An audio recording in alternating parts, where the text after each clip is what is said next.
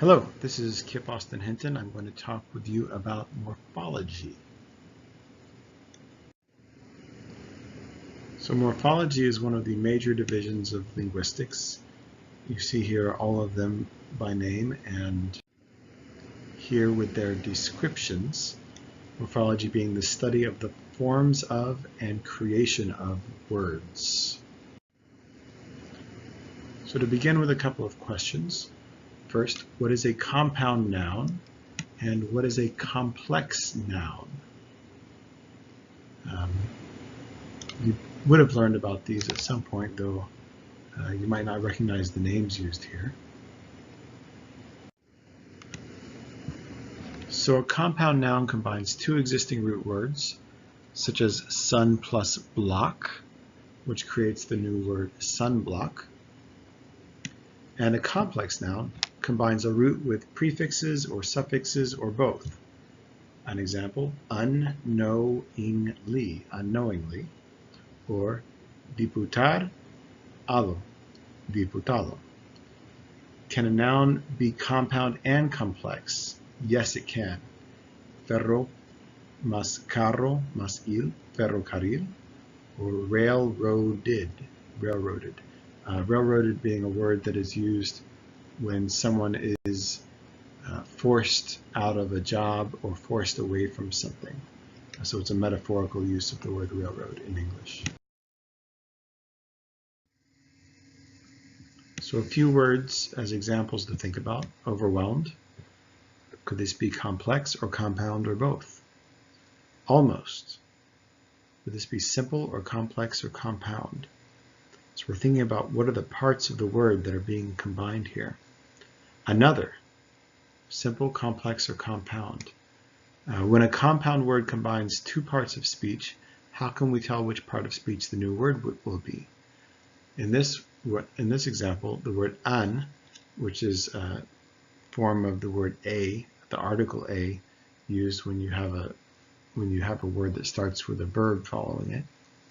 And then we have other, which is a noun. So we've put together this article and a noun. So what part of speech is this new word? And finally, after.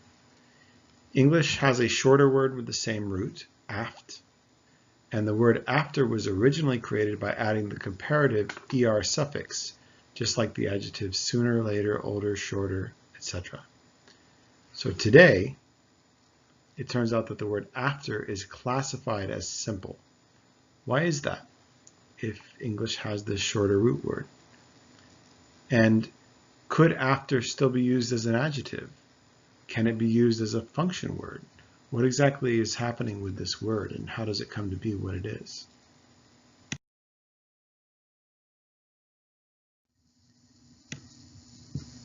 To try to explain this, I'm going to focus on one example and dealing with an issue of whether or not it is simple or a complex noun.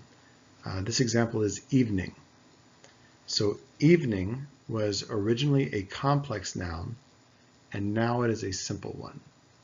Why is that? Well, to understand, we have to go way back in history to the language which was called, which we call Anglo-Saxon or Old English, approximately 450 AD to 1150 AD.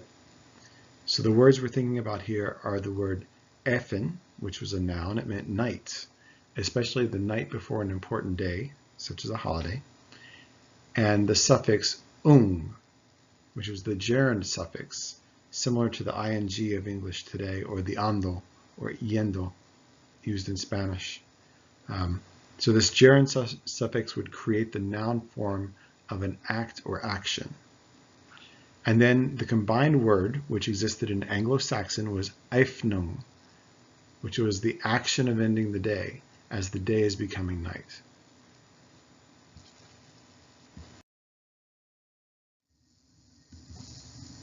So to think about what's going on here, we have a few maps, right? The map showing the different regions of this southern part of the island where various dialects of English or Anglo-Saxon were spoken, versus these maps here where you can see around the world the places where English is used by as the dominant language in a country.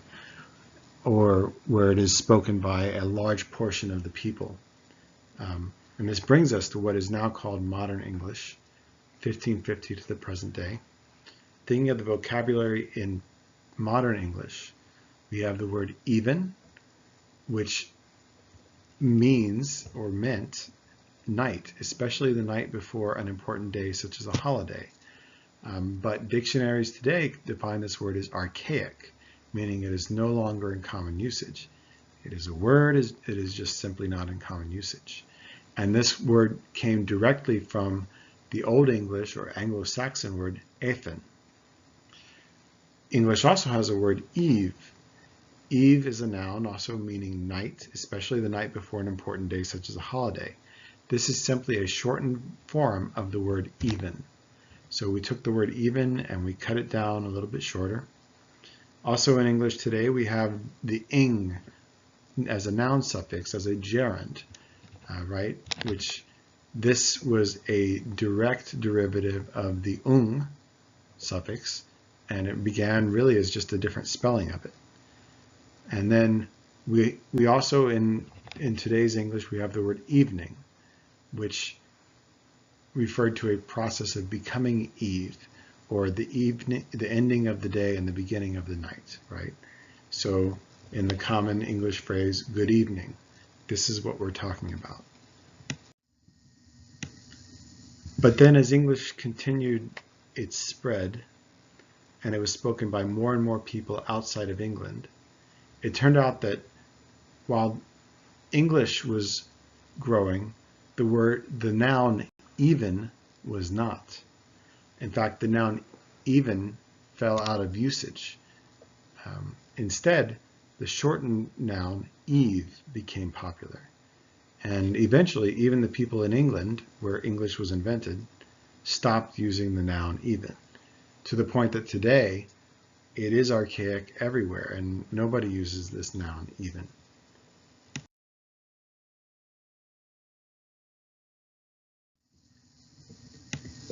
So English does have a different word, a different part of speech with even, but the noun form, we really don't use it anymore.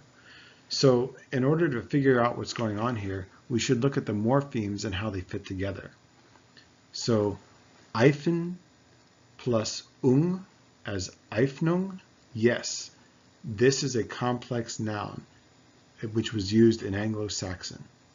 And then even plus ing for evening, yes, this was possible in modern English from 1550 to about 1800.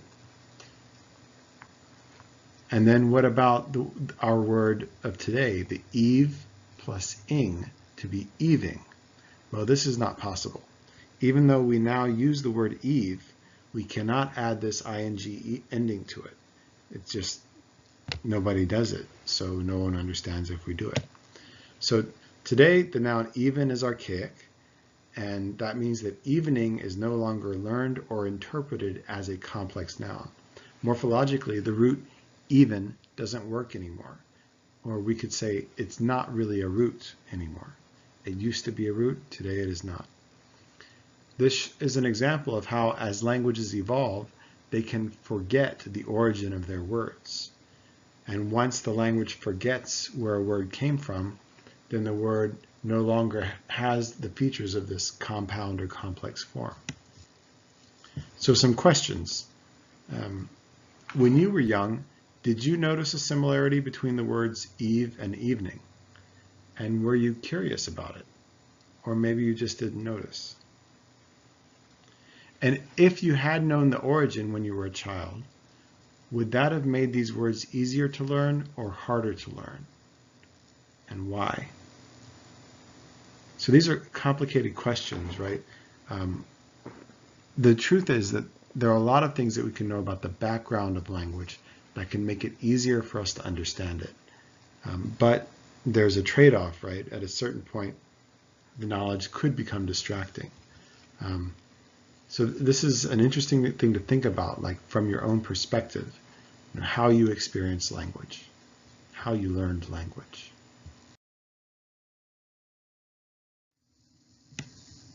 We can say one thing for certain. If a child doesn't learn the simple form of a word, then the complex and compound forms will be interpreted as if they were simple. That doesn't mean that they're simple to learn. It means that the child learns each word separately, and it means that the child has a lot more words to learn. So the order in which a child learns these things makes a difference, right? So we can imagine a certain order of learning. For example, first I learn the noun driver, then I learn the noun wiper, as in windshield wiper, then I learn the verb drive, then I learn the verb wipe.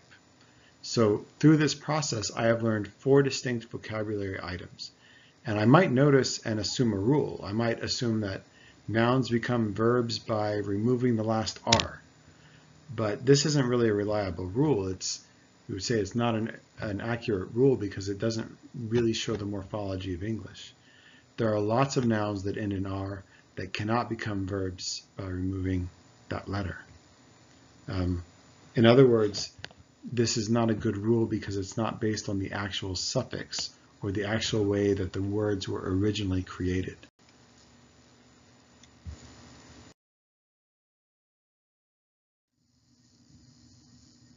In fact, it happened in the reverse order.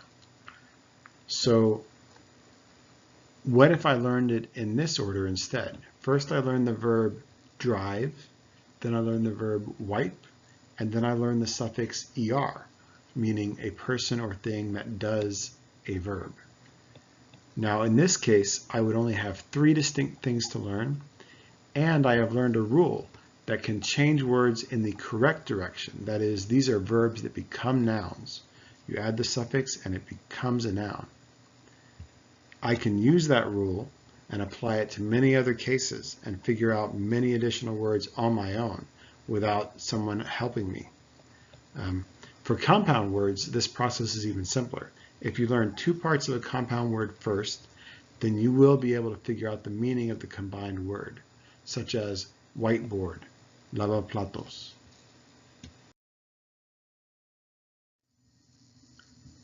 So this is an argument in favor of teaching the simple form of a word. This gives the students the tools to figure out complex and compound forms. Simple words combined with the teaching of prefixes and suffixes will be more effective. It can be faster. In fact, it could mean not teaching individual complex and compound words at all, especially considering how infrequently they might appear. It might not make sense to memorize lists of long, complex words. Instead, the student could learn the roots and the prefixes and suffixes and then put them together as needed. What this means is that there could be less time devoted to direct teaching and more time for thinking. So this specifically brings us to morphology itself and the way that words are formed. We're going to look into this a little more in depth. We could say that morphology is the study of morphemes. A morpheme in a language is the smallest unit that can have meaning. It is a sound meaning unit. That is, the morpheme has a sound and the morpheme has a meaning, and it presents those together. A morpheme is also the minimal unit of meaning or grammatical function. There can be grammatical rules that affect what it does. Grammatical rules cannot apply to anything smaller than a morpheme, such as a phoneme. And finally, the morpheme is the level of language at which sound and meaning combine.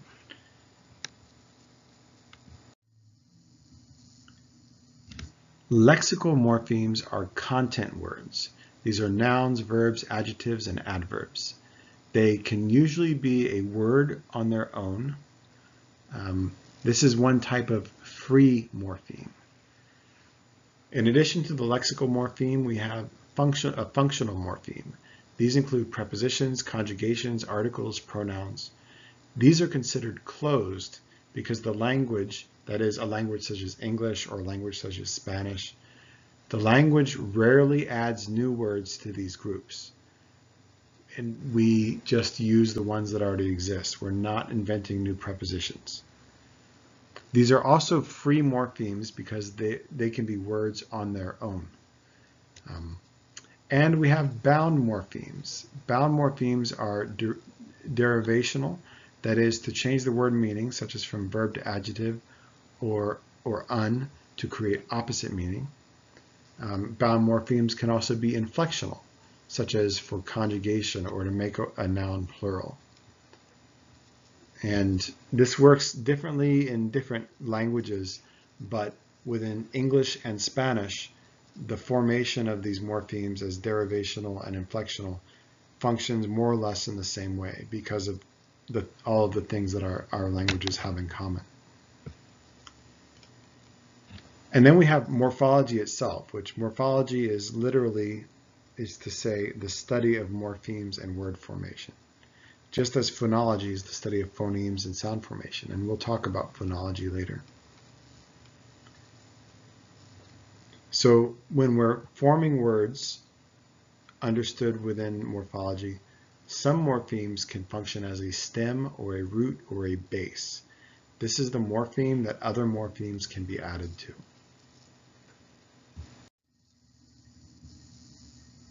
So in some cases, you might think, well, a morpheme just sounds like a word. Well, some words are also morphemes, but many words combine two or more morphemes. And there are some morphemes which cannot be words on their own because they have meaning, but they just do not exist as a standalone word. An example in English of the way these combine, the English word cars, or car plus the plural s. In this case, the s suffix or the s suffix is not a word, but it has meaning. This tells us that it is a morpheme. In this case, it is a bound morpheme, as opposed to a free morpheme. So cars is a free morpheme, s is a bound morpheme. Car is a free morpheme, and s is a bound morpheme. And then we can combine them together to make the word cars. All inflections, such as verb conjugations, involve bound morphemes. An example is in Spanish conjugation with the word parar. This contains the root or stem, par, and then the suffix ar.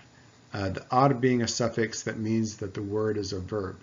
Spanish has several different ways to do this, but there are specific suffixes that indicate that the word you're dealing with is a verb. And this also tells us the basic forms that we can use to conjugate this word once it's put together, such as paramos.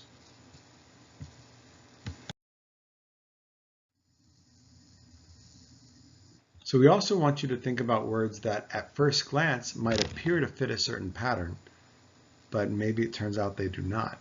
One example in English is the word transaxle. This definition does not fit the standard form of a word like transform or transplant, which is what we would expect it to have as a prefix plus the root. So in what ways is this word unusual? What is a transaxle? So if we look this up, we find that a transaxle is a noun. It is a unit that consists of a combination of a transmission and an axle's differential gear, used especially in front-wheel drive automobiles. So we're talking about cars, we're talking about automotive engineering.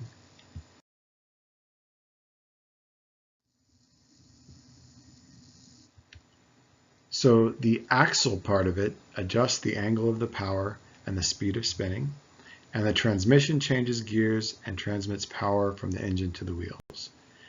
So these words were combined in English by chopping off one part of the word transmission and adding it to the word axle, because the transaxle combines the parts of both things, creating one bigger and more complicated machine.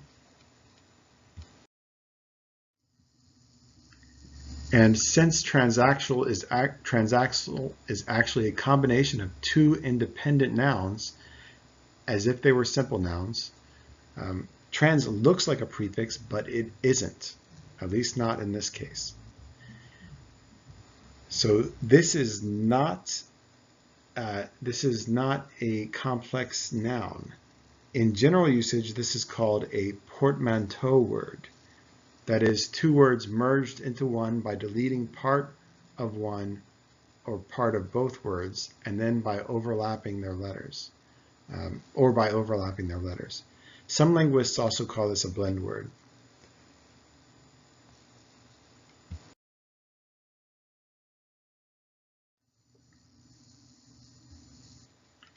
So you could say that a portmanteau word is a form of a compound word, but because of its common pattern of deleting one part of one or more words, it does have its own special form. Examples of portmanteau words in English include smog, Count Chocula, infomercial. Can you think of more portmanteau words in English? So chocula, specifically, we can say we've taken the word chocolate and the word Dracula, and we cut them both and then we put them together. Portmanteau words often appear to be complex, but are more closely related to compound. Do you know any portmanteau words that exist in a language other than English? A few examples. Paraguas, is this a portmanteau word? Maybe? I'm not sure about that one. Nortec, you may have heard of this. This was a genre of electronic music created and popularized in Tijuana, which chopped up and combined the words norteño and techno. We have a couple of examples from Japanese. In Japanese, portmanteau words are very common. Dejikame, which combine the words digital and camera, and you can hear the parts of it right in the name. Pokemon, which in Japanese combined the English words pocket, monster. So pocket, monster was compressed together to create Pokemon. The word for supersonic in Arabic, which similar to the way English has combined it, except that English did it by using the prefix super, whereas in Arabic, they took the word above and the word sound, and they put them together and took out the middle part.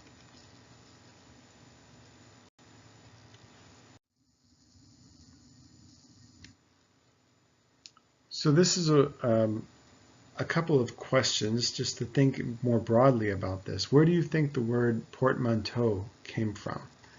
That is, this name. It's a strange word, right?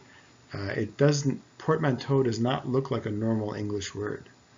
So where do you think it came from? Do you think portmanteau could be called compound or complex? Or is portmanteau a portmanteau word? Is this word related to any words or roots that your students might know, such as roots from English or from Spanish? Do you recognize any of the roots inside this word?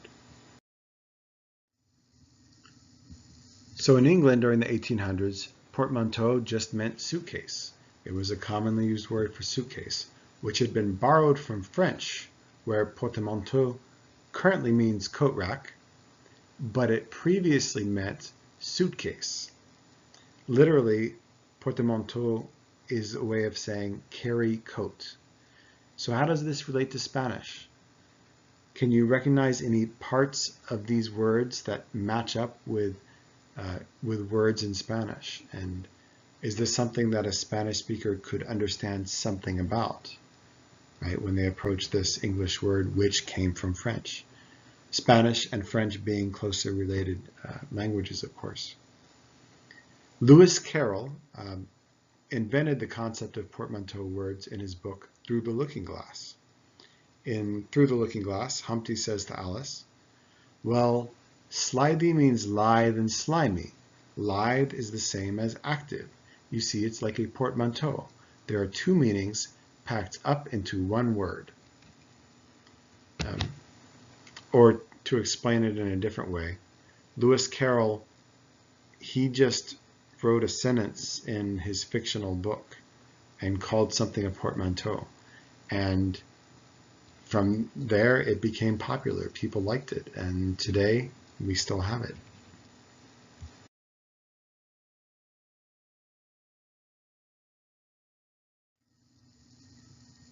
So that's a lot about the nouns and how they function. I'm going to specifically say a little bit about verb morphology in English. Unlike most Germanic and Romance languages, English's standard morphology inflections for verbs are simple. The example forms using a regular verb, in this case the verb learn or to learn. We have she learns, she learned, she is learning, she has learned, she will learn. In all of these tenses, the only verb suffixes are s, ed, and ing. Most students master these within their first year of English study. That is, it's very easy to learn how to inflect or the morphology of verbs in English. In fact, common verbs are likely to be irregular in present or past tense. In English, the inflection of irregular forms is much more difficult to learn than the standard inflection. This contrasts with a language such as Spanish or German or Russian, where simply learning how to do the conjugations in all of these different tenses is very difficult, and it might take years for a student to learn all of the possible forms of the conjugation of the verb. In English, we simply have the long list of irregular forms and the irregular things they change to, which unfortunately have to be memorized separately. So there's not a standard form that we learn. So it's not actually inflection, it's something different that's going on. An additional issue or factor in English is the way that we change parts of speech. In English, it is easy to change a word's part of speech. A noun can become an adjective or verb, a verb can become a noun, an adjective can become a noun or a verb. Sometimes this requires a suffix, such as a verbalizer like eyes, and sometimes it does not. Once a word becomes an adjective, it can often become an adverb also by adding the suffix li or ly. New forms are invented often, and this creates confusion for students who speak English as their second language, especially for the cases when no suffix is added. And I want to emphasize it's very common in English to change the part of speech without changing the suffix. Some examples: overweight, which was originally an adjective, and then overweight, which today is a noun. It is an abstract noun. Text originally was a noun. Now text is also a verb. A verb meaning the same as in Spanish, textear. Shuffle, originally a verb, today is also a noun.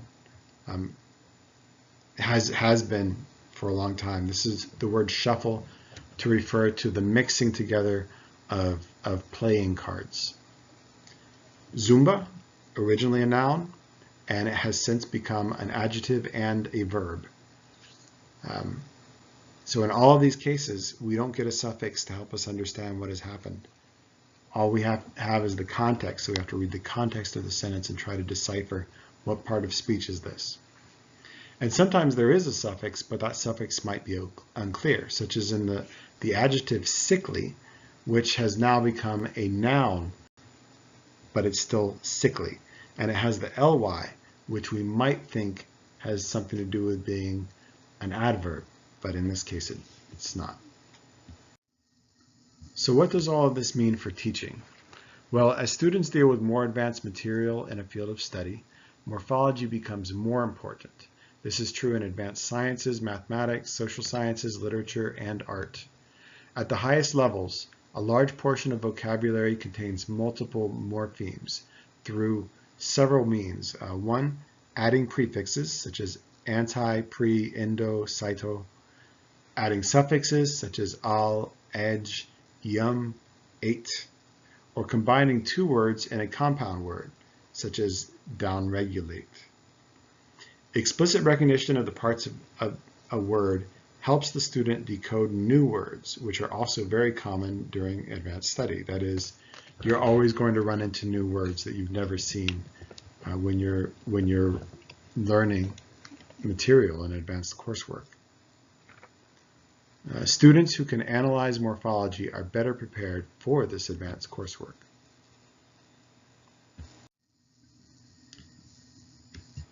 So I'm using an example here. The following words are used in an article in the September issue of Nature, which was just released. The article, you can see it on the right, is the abstract. A homing system targets therapeutic T cells to brain cancer. So this is a science-related article, specifically medicine. I want you to look at each word, identify the separate prefixes, roots, and suffixes. Use your prior knowledge or educated guesses to define each morpheme. What do these parts mean? Do you recognize their parts? Do they match up identical to something that you know in Spanish? Is there some part that's like Spanish or another part that's different? I want you to think about the parts. Don't try to look up the word yet, but after you think about the separate parts and what they mean, after you identify all the parts that you can figure out, then you can look them up. And hopefully we'll get a chance to talk about these later. And that is the end of this presentation. Thank you.